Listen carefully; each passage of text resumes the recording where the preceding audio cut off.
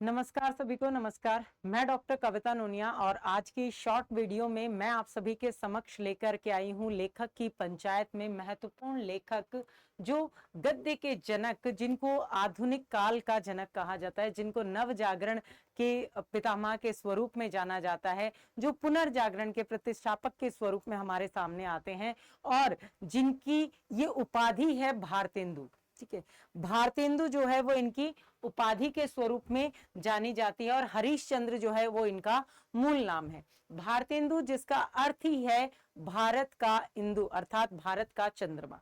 जी हाँ, भारतेंदु हरीशचंद्र जी जिस समय पर हमारे समक्ष आए थे तो रीतिकाल की पोषित प्रवृत्तियों से निकल करके, ठीक है, 1850 में आए। तत्कालीन समय पर आप देखेंगे कि उस समय पर 1857 की क्रांति होने वाली है, देश में उथल पुथल मची हुई। तो रीतिकाल की सामंतवादी पोषित प्रवृत्ति को छोड़ करके एक नवीन स्वरूप, नवीन रूपरेखा पर अपनी रचनाएं प्रतिष्ठापित करना, ऐसे भारतेंदु हरीशचंद्र जी के कार्य को भुलाया नहीं जा सकता। इसीलिए हिंदी साहित्य में इनके नाम से ही पूरा काल जाना जाता है, वो है एक युग, आपका भारतेंदु युग। तो भारतेंदु युग में भारतेंदु हरीशचंद्र जी की बहुत ही महत्वपूर्ण स्वरूप में हम यहाँ पर बात करने वाले हैं। तो इनके जीवन परिचय से अगर हम बात शुरू करें तो एक इस शॉर्ट वीडियो में ये बहुत छोटा सेशन है भारतेंदु हरीशचंद्र जी के बारे में बात करने का, लेकिन हम कुछ इंपॉर्टेंट पॉइंट्स पर जो आपकी परीक्षा की दृष्टि से बहुत महत्वपूर्ण है उन पर हम चर्चा करने वाले हैं। तो भारतेंदु हरीशचंद्र जी की बात करें तो इनका जन्म होता है,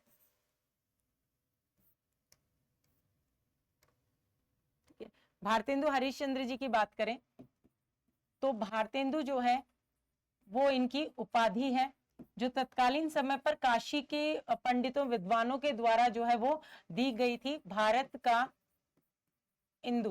ठीक है, इंदु अर्थात चंद्रमा।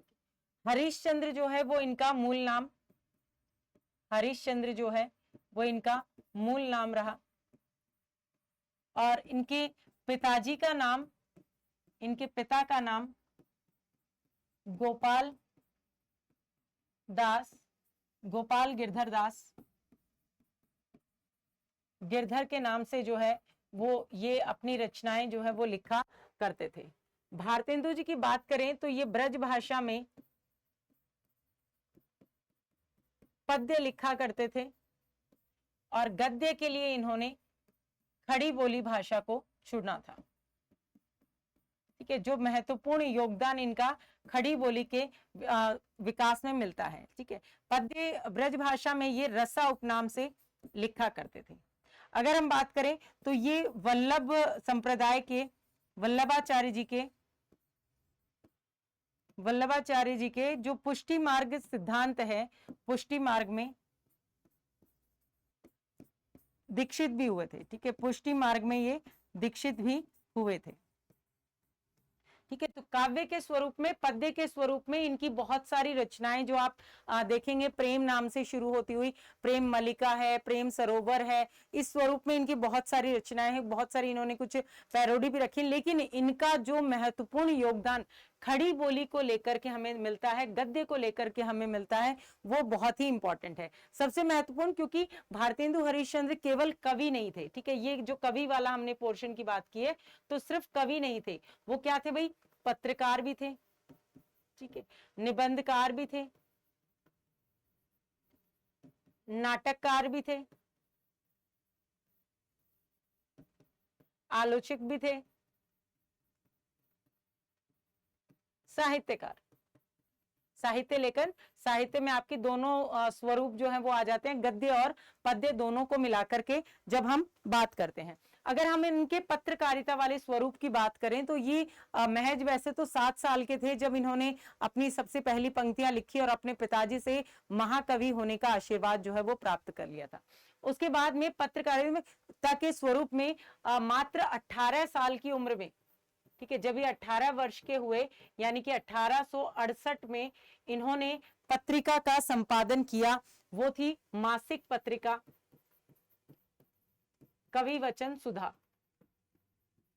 कवि वचन सुधा, जिसका इन्होंने स्वरूप जो है वो प्रकाशित किया, ठीक है, 1868 में।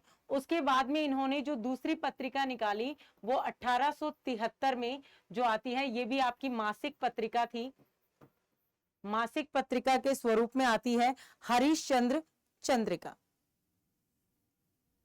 ठीक है, अब इस ये शुरुआती 8 अंक तक तो हरिश्चंद्र मैगजीन रही, ठीक है, हरिश्चंद्र मैगजीन, और मैगजीन के बाद में 8 अंकों के बाद में ये इसका मैगजीन का नाम बदल करके क्या हो गया, चंद्रिका हो गया, ठीक है। 1873 में जो है आपकी ये आ जाती है। उसके बाद में महिलाओं की शिक्षा और उनके उत्थान को बढ़ाने के लिए, ठीक है, महिला शिक्षा को आगे बढ़ाने के लिए, प्रोत्साहन देने के लिए इन्होंने 1874 में बाला बोधिनी, बाला बोधिनी का स्वरूप जो है वो प्रकाशित किया, ठीक है, बाला बोधिनी से ये जुड़ गए थे, ठीक है। तो तीनों ही पत्रिकाएं, क्योंकि इनका जन्म भी जो है आप देखेंगे काशी में ही हुआ, ठीक है, काशी के ब्राह्मण के संपन्न वैश्य परिवार में हुआ था, लेकिन अत्यधिक व्यय के कारण, खर्चे के कारण जो है अंत में ऋण के तले भी जब दब जाते हैं, जिस कारण मात्र जो कहेंगे जन्म जैसे हुआ इनका 1850 में, 1885 में मृत्यु हो जाती है, अल्प आयु में ही 35 वर्ष की ही आयु में इनकी मृत्यु जो है वो हो जाती है। इनका बचपन में 5 साल के थे जब इनकी माता का देहांत हो गया, 10 साल के हुए तो इनके पिता का देहांत जो है वो हो गया, ठीक है। लेकिन फिर भी जो है इनका साहित्य के माध्यम से इन्होंने साहित्य जगत को बहुत ही अपना वर्णन जो है इसमें दिया। तो तीनों पत्रिकाएं जो है ये इनकी काशी बनारस से ही प्रकाशित जो है वो होती थी। निबंधकार के स्वरूप में जो भारत वर्ष की उन्नति कैसे हो सकती है, भारत वर्षोन्नति, ये इनका बहुत ही प्रसिद्ध निबंध के स्वरूप में आता है, जो आप सभी के सिलेबस में भी है। नाटककार के रूप में इनके बहुत ही महत्वपूर्ण स्वरूप में मौलिक नाटक भी है और आपके अनुवादित नाटक भी है, ठीक है। अनुदित नाटकों की संख्या जो है वो है 8 और मौलिक नाटकों की संख्या है 9, जिसमें से 9वां जो लास्ट वाला आपका आता है सती प्रताप, ठीक है। सती प्रताप जो है वो इनका अधूरा था, जिसे राधा कृष्ण दास जी ने पूरा किया, ठीक है। राधा कृष्ण दास जी ने लास्ट वाले को पूरा किया। अनुवादित जो है वो आपके 8 आते हैं। अगर हम अनुवादित नाटकों की बात करें इनकी सूची की, तो सबसे पहले आ जाता है आपका विद्या सुंदर, ठीक है। अनुवादित नाटकों की बात कर रहे हैं जो अलग अलग उससे अनुवादित किए गए। विद्या सुंदर, रत्नावली, ठीक है, पाखंड, विडंबन और आपका धनंजय विजय आ जाता है। जो क्रम में आप सभी को इसमें ध्यान रखना है, विद्या सुंदर आ गया, रत्नावली आ गया, पाखंड विडंबन आ गया, धनंजय विजय आ गया, ठीक है, 4 हो गए। उसके बाद में कपूर मंजरी आ जाता है। उसके बाद में कपूर मंजरी के जस्ट बाद में आप देखेंगे मुद्रा राक्षस, भारत जननी आ जाएगा, मुद्रा राक्षस आ जाएगा और दुर्लभ बंधु। तो ये 8 जब आप अनुवादित याद कर लेते हैं, तो अगर ऑप्शन में आ जाता है निम्नलिखित में से कौन सा अनुवादित है तो करेक्ट कर सकते हैं। अगर आ जाए निम्नलिखित में से कौन सा अनुवादित नहीं है, तो जो अनुवादित है उनको छांट लेंगे और बाकी के आपके हो जाएंगे।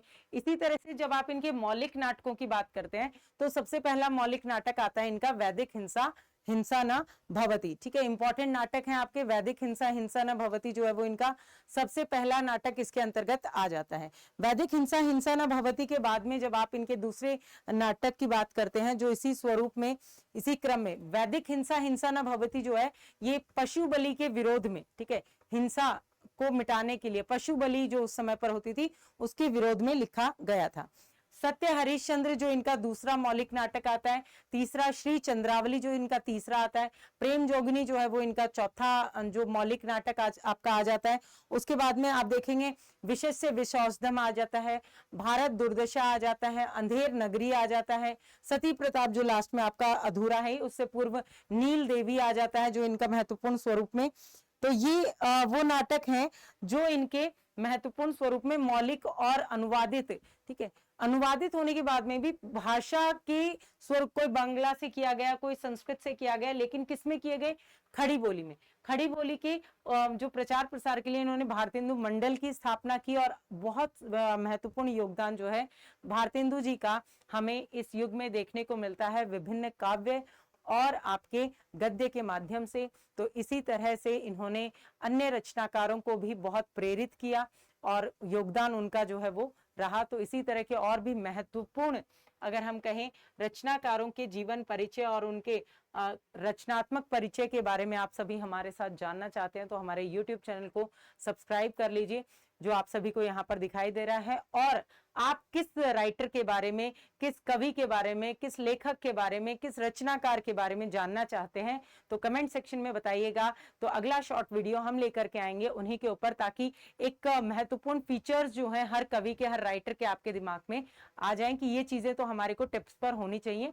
ज्यादा तो हम नहीं याद रख सकते, लेकिन कुछ चीजें जो हैं हर राइटर की हमारे दिमाग में होनी चाहिए। तो उन से संबंधित जो भी राइटर आप बताएंगे उससे संबंधित हम शॉर्ट वीडियो आप सभी के समक्ष प्रस्तुत करेंगे। बहुत बहुत धन्यवाद।